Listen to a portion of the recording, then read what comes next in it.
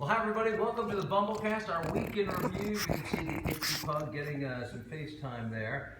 Some of you probably know the Bumble had to go to the vet this week. He was being a little lethargic, a little tired. We were kind of worried about him. But the good news is, the vet says he's doing great. His heart's good, his lungs are good.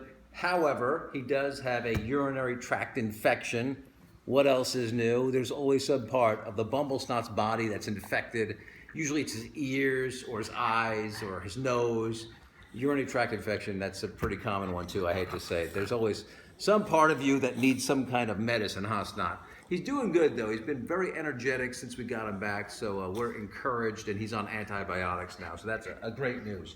It's important because it's spring break. The little girl is on vacation. The dark-haired lady and her are heading out of town next week, which means I'm in charge of everything, which is kind of scary, frankly.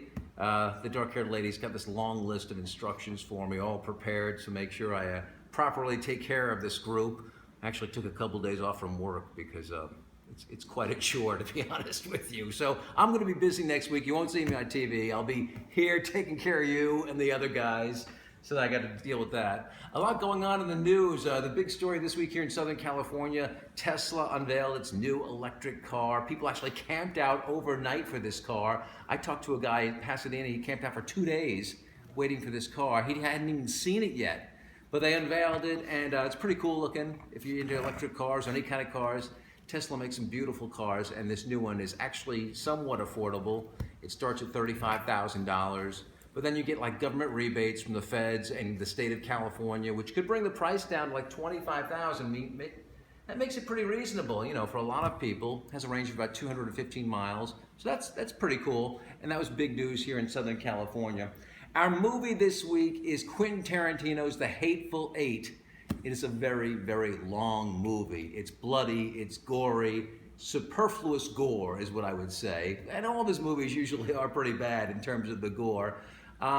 Anything over 2 hours is hard for me to watch, so this is a 3-hour movie, as you might expect. I ran out of patience for it. Wasn't crazy about it. Some of his movies I really like, because nobody does dialogue scenes like Quentin Tarantino. But this one, it just didn't capture my imagination or attention, so I would have to pass on The Hateful Eight if you're thinking about watching it at home. If you're going to watch it, give yourself a good half day to sit down in front of the television. Anyway, that's our Bumblecast for this week. The gang's all here. I'm going to be taking care of them all next week. I'll probably be doing updates for you if you're interested, so check in on my Facebook page. And in terms of the weekend review, we'll see you next week.